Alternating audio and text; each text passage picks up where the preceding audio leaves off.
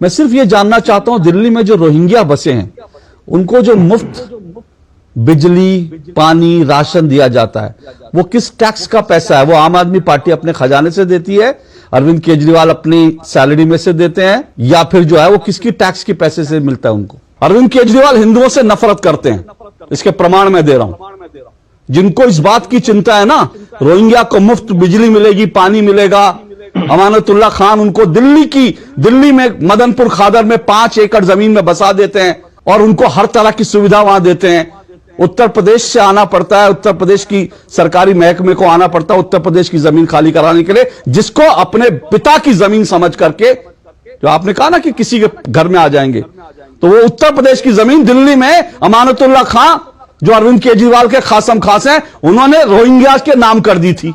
उत्तर प्रदेश से आई पुलिस और उसने वहां अपनी जमीन छुड़ाई। 5 एकड़ जमीन थी, किसके बाप की जमीन थी ये सोचना चाहिए। अब मैं दूसरी बात बताता हूं, दिल्ली में 100 करोड़ रुपए दिल्ली के टैक्स पेयर की मनी वो वक्फ बोर्ड को दी गई है। 100 करोड़ रुपए, 100 करोड़, सोचिएगा, ये दिल्ली के लोगों की टैक्स का पैसा है, जो 100 करोड़ रुपए वक्फ को दे दिए गए। वो वक्फ जिसके ऊपर इस तरह के आरोप है कि वो ये कहता है कि संसद भवन भी हमारा है, संसद भवन की जमीन हमारी है, उस वक्फ बोर्ड को 100 करोड़ रुपए दिया अरविंद केजरीवाल। और ये राशि जो है शीला दीक्षित के जाने के बाद, अरविंद केजरीवाल के आने के बाद, वक्फ बोर्ड की राशि जो है वो कई गुना बढ़ गई है।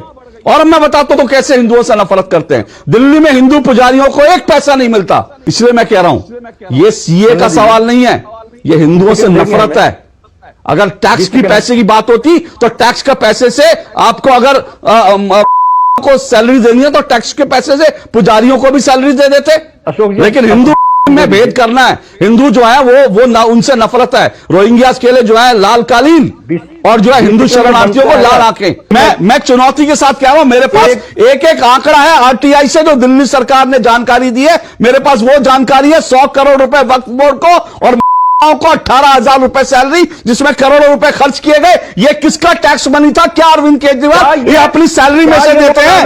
क्या अरविंद केजरीवाल अपनी सैलरी में से देते हैं, या आम आदमी पार्टी ने जो चंदा चोरी किया उसमें से देते हैं? ये जो रोहिंग्या दिल्ली में हैं उनकी संख्या 50,000 बताई जाती है। और इन रोहिंग्या पर जब दिल्ली में हनुमान जयंती पे पथराव हुआ, जब दिल्ली में रामनवमी पे पथराव हुआ, जब सीए के बाद दिल्ली में दंगे हुए, इन सब चीजों में इन रोहिंग्याज और बांग्लादेशी घुसपैठियों का नाम आया। जांच एजेंसियों ने कहा कि इसके पीछे इन लोगों का हाथ था, लेकिन एक भी हिंदू शरणार्थी का नाम नहीं आया। लेकिन अरविंद केजरीवाल ने कितनी आसानी से कह दिया बलात्कारी।